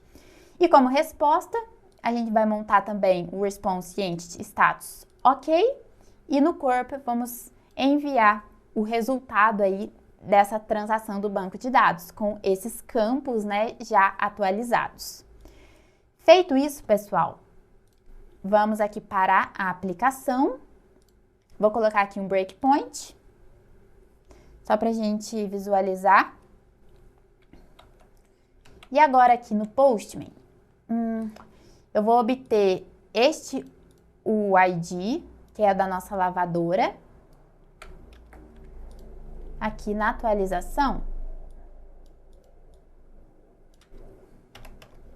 Então, aqui no Postman eu já mapeei, né? Eu coloquei já tudo certinho a URI com o ID.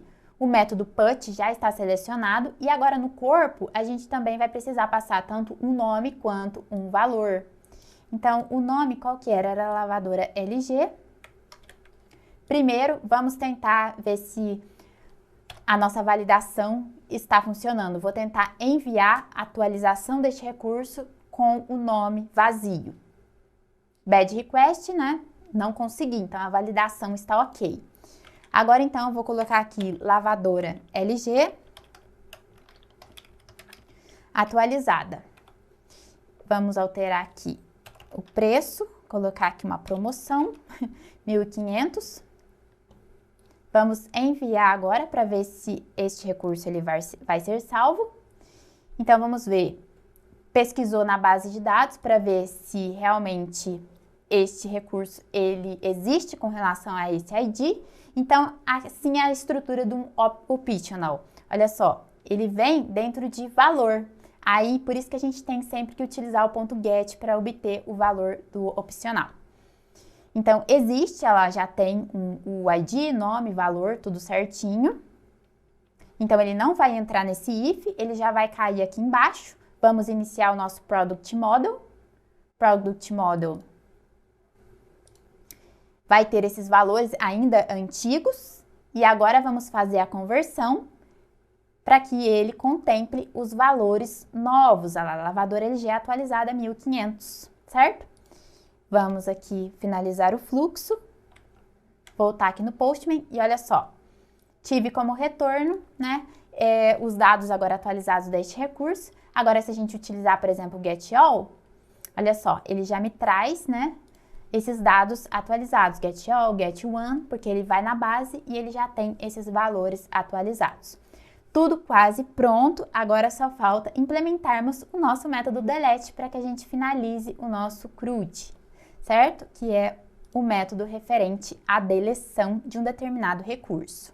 Lembrando, pessoal, que depois, né, fica como melhoria inserir e implementar a customização de erros, de mensagens, também colocar mais uma camada como a classe Service, por exemplo. Aqui vocês podem ver que estamos utilizando do próprio repositório, né, o repository, dentro do nosso controller.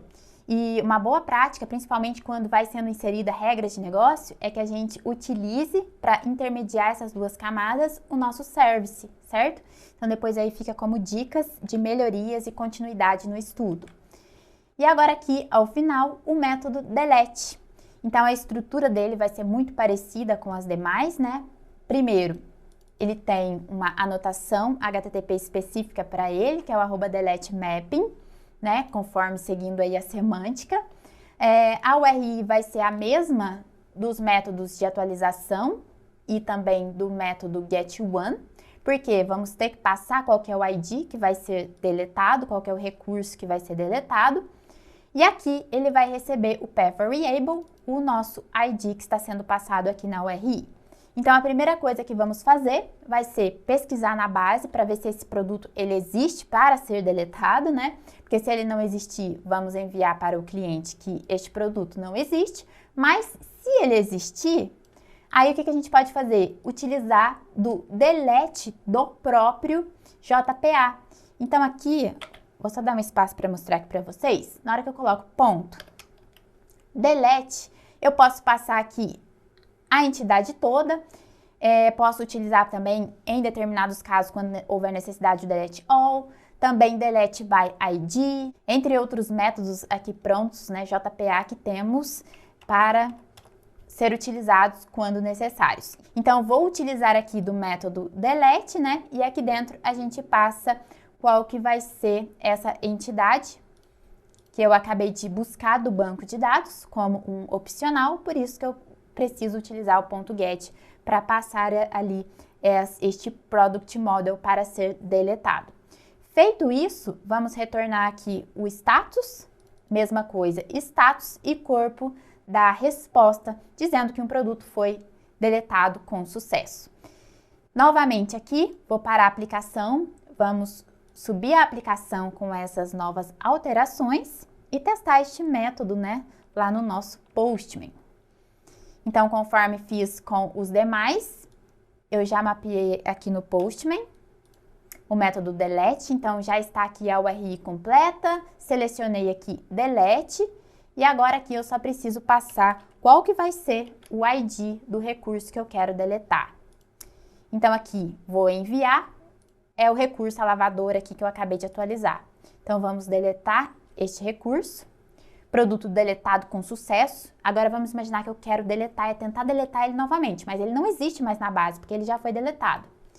Então, nesse caso, tenho uma outra resposta, que é o 404 not found, o produto não existe. Mesma coisa agora, se eu tentar atualizar este recurso, vou ter o mesmo retorno, 404, ele não existe, então por isso que eu não consigo atualizar um recurso que não existe. E se eu também tentar visualizar os detalhes desse recurso, também vou ter a resposta 404, que esse produto não existe. E agora a nossa lista vai ter apenas um produto, né? Um recurso salvo na base de dados, porque o outro que a gente tinha salvo eu acabei de deletar. Ok, então vou parar aqui agora a aplicação. E agora, já implementamos muitos dos níveis de maturidade de Richardson para que a nossa API seja considerada RESTful.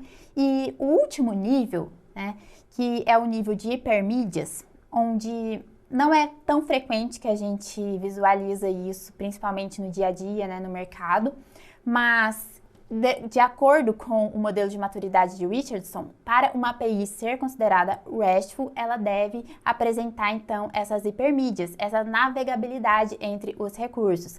É claro que no dia a dia temos que ter aí uma API bem documentada, né, como primordial, e também HTTP, em muitos casos, dependendo aí da complexidade, ele vai apresentar muitas limitações, mas é um dos pilares aí para que uma API seja considerada realmente, se a gente for levar ao pé da letra, RESTful. Então, é uma das pontas que temos que implementar. Então, vamos implementar a partir de agora, que também fica aí como exemplo, fica também a nível de curiosidade e também como estudos, né, quando houver necessidade de implementações.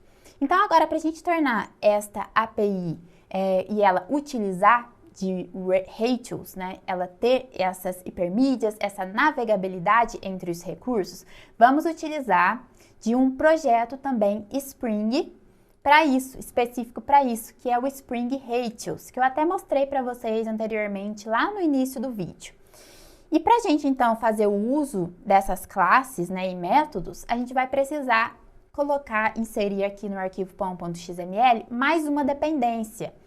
No caso aqui, embaixo da dependência web, eu vou acrescentar aqui a dependência Spring Boot Starter HTTPs e já vou acionar o Maven para fazer o download necessário. Aqui no canto a gente pode verificar se ele já contemplou, já fez, né? Olha só, Spring Boot Starter HTTPs 3.1.0. Então, o Maven já fez o download e agora a gente já vai poder utilizar das classes e métodos para construir esses hiperlinks na nossa API RESTful. Então, antes de mais nada, vou aqui fechar algumas classes que não vamos mais utilizar.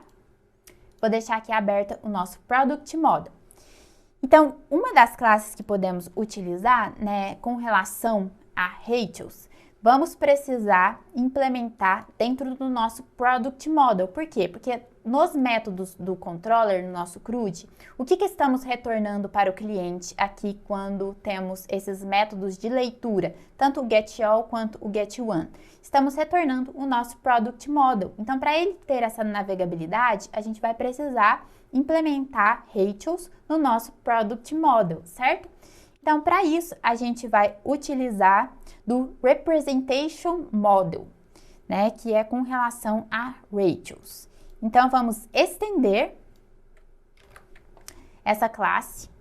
Então, aqui, antes de implements, vamos aqui, Extends Representation Model. Vou aqui fazer o import. E aqui a gente precisa passar, né, qual que é essa entidade que vai ter essa representação, que é o nosso Product Model, certo? E aqui em cima vocês podem ver que o import de Representation Model foi feito do pacote Spring Framework HTTPs, que é essa dependência que acabamos de inserir. Então, feito isso, agora, quando a gente for utilizar o nosso Product Model, internamente ele já vai ter alguns métodos, como o método add, por exemplo, para a gente utilizar para construir esses links. Então, já vamos fazer o uso de alguns métodos dessa classe que possibilita aí a gente criar estes links para navegabilidade. E o primeiro método que a gente vai alterar, né, o retorno, vai ser com relação ao método getAllProducts, ou seja, agora na nossa API, quando um determinado cliente ele requisitar para a nossa aplicação a listagem de produtos, vai vir os atributos ID, nome e valor, mas também vai vir mais um quarto atributo, que vai ser os links, ou seja, a gente vai montar este link que vai redirecionar o cliente para os detalhes daquele produto, que nada mais é que o nosso método getOneProduct, que ele vai, então, conseguir analisar e ser redirecionado para a URI que especifica um único produto de acordo com o seu ID. Então, é isso que vamos fazer. Então, aqui dentro do método getAllProducts, agora a gente vai mudar um pouquinho a estrutura dele. Primeiro, antes de mais nada, estávamos já fazendo toda essa busca na base de dados dentro aqui da construção do Response Entity, no próprio retorno. Dentro de Buddy, a gente já acionava aqui o repositório.findAll. E agora, já que a gente vai ter que manipular alguns valores, vamos fazer isso tudo de forma separada. Como assim? Primeiro, vamos iniciar aqui em cima uma lista onde toda essa busca na base de dados, ela vai ser feita inicialmente e vamos receber no Products List o retorno dessa consulta na base de dados. No caso, produtos-repositórios.findAll, né? A lista completa de todos os produtos salvos na base. Feito isso, agora vamos fazer uma checagem inicial. Se a lista não estiver vazia, se ela tiver alguns elementos, né, a gente vai ter que passar por cada um desses elementos, fazendo, então, a construção deste link. Então, para isso, a gente vai utilizar primeiro de um if para fazer essa verificação se a lista está vazia, e segundo, vamos utilizar da estrutura for, certo? Então, aqui embaixo da lista, vamos aqui construir este if, que ele inicia e fecha aqui na linha 38, ele inicia na linha 33 e fecha na linha 38. Então, primeiro, antes de mais nada, a gente vai fazer uma checagem para ver se essa lista ela está vazia. Se ela não estiver vazia, eu coloquei aqui uma negação, vamos entrar neste if e aqui dentro vamos passar por este for. E neste for, né, da lista de produtos do tipo produto model, né, product model, para cada um desses produtos, o que a gente vai fazer? Primeiro, vamos obter o ID deste produto, receber ele como ele é do tipo o ID, eu criei aqui a variável ID, e aqui na sequência, vamos então utilizar do product.add, que é aquele método que eu falei anteriormente, que temos acesso agora, já que inserimos o Representation Model, né, já que estendemos o Representation Model no nosso Product Model. Então, agora a gente pode utilizar deste método .add para construir este link. Aqui vamos fazer os imports primeiro. Só que antes de mais nada, pessoal, vou vir aqui em cima. Esses imports, às vezes, eles falham aqui por algum bug da IDE. Então, a gente algumas vezes tem que colocar aqui na mão quando ele não reconhece corretamente quais são esses imports que devem ser feitos para esses dois métodos, tanto o link to quanto o method on. Então, aqui eu coloquei na mão, lembrando que depois vocês têm acesso a todo esse código, tanto no e-book quanto no GitHub, que eu também vou deixar o link aqui na descrição. E agora sim, ele reconheceu aqui embaixo normalmente. Então, o que a gente está fazendo? Criando este link para cada um dos atributos dessa lista, dos produtos dessa lista. E para isso a gente utiliza do link to, ou seja, para qual endpoint, para qual método que eu vou redirecionar o cliente quando ele clicar neste link. E qual que é o method on, ou seja, qual que é o controller que está esse método e qual que é este método em si que vai receber aí este redirecionamento. Então, se ele está numa lista de produtos e ele quer ver os detalhes de um único produto, a gente tem que redirecionar ele para, no caso, o produto específico, que é o método getOneProduct.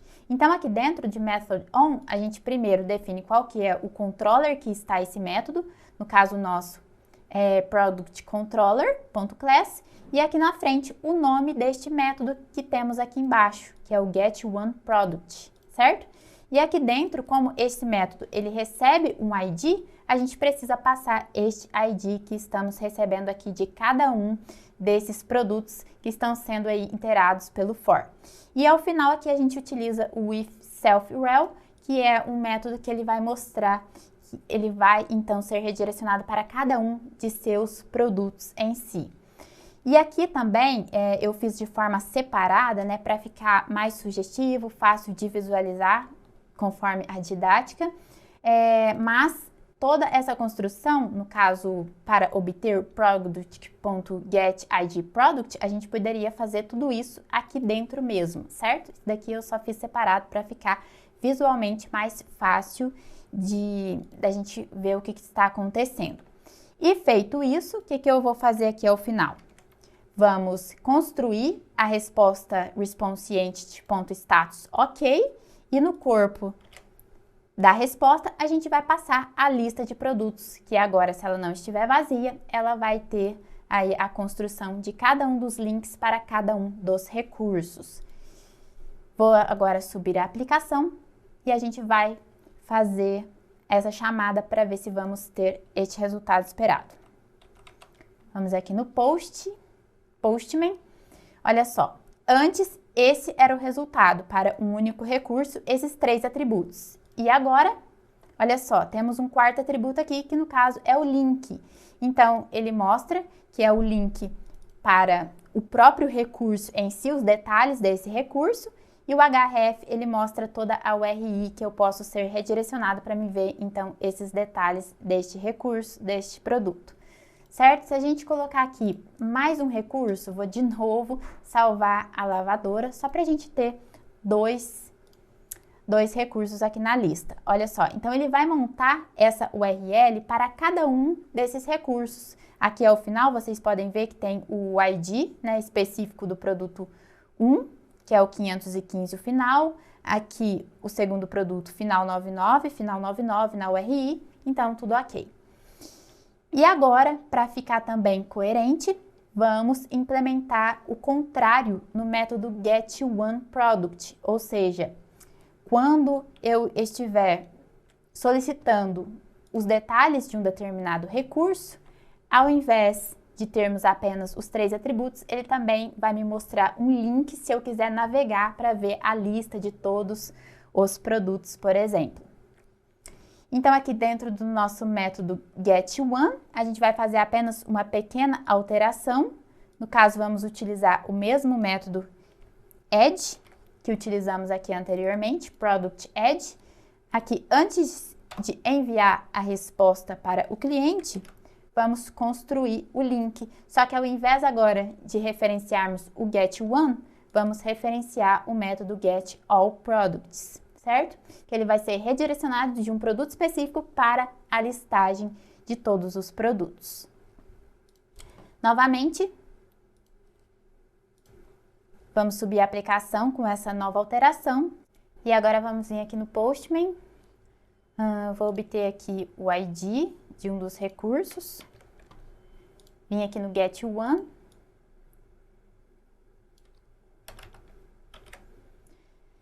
Aqui antes a gente tinha só 3 atributos. E agora enviando a requisição, temos mais um atributo aqui, links, né? Que a gente está vendo os detalhes de um determinado recurso, mas agora ele conta com este link para navegar para a lista completa de todos os recursos, né? Ou seja, de todos os produtos. Temos uma API RESTful, de acordo com o modelo de maturidade definido por Leonard Richardson. Certo? Mas então, pessoal, agora aqui algumas dicas, sugestões também para dar continuidade, né, nos estudos, na busca de conhecimentos.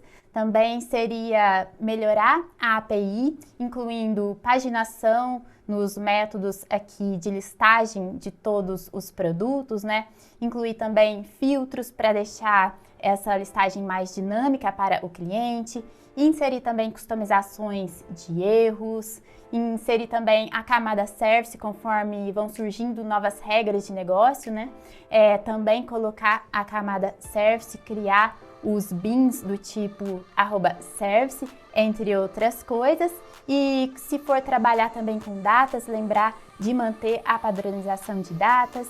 Mas lembrando que muitos desses conceitos, né, tanto de APIs, da maturidade de Richardson, as constraints de Roy Fielding, arquitetura REST, né, muitos dos conceitos e definições sobre o Spring, tanto o Spring Boot quanto o Spring Framework, Beans, entre muitas outras coisas, vocês vão encontrar o passo a passo no e-book, que está o link aqui na descrição, é só vocês baixarem este e-book gratuito que já está com a versão atualizada 2023, né? Contemplando essas novas versões do Spring, o Spring Boot 3, Spring Framework 6 e também Java 17. Vou deixar aqui também o link de um vídeo que eu já trouxe aqui no canal que eu contemplo algumas dessas sugestões, né? Como, por exemplo, padronização de datas, paginação, entre outras coisas, para quem tiver curiosidade e quiser também se aprofundar mais neste assunto. E é isso, eu espero que vocês tenham gostado. Agora, depois de toda essa implementação, a gente construiu todo o passo a passo durante este vídeo, né? Uma API RESTful, implementamos então todos os níveis de maturidade de Richardson. E eu espero que vocês tenham gostado. Não esqueça de deixar o joinha aqui para que esse vídeo ele seja mostrado para outras pessoas que também estejam querendo aprender mais sobre Spring, sobre Java, sobre APIs. E também não se esqueça de se inscrever aqui no canal para sempre ser notificado e receber todos os conteúdos que eu estou postando por aqui, certo? Vejo vocês nos próximos vídeos aqui no canal. Até mais!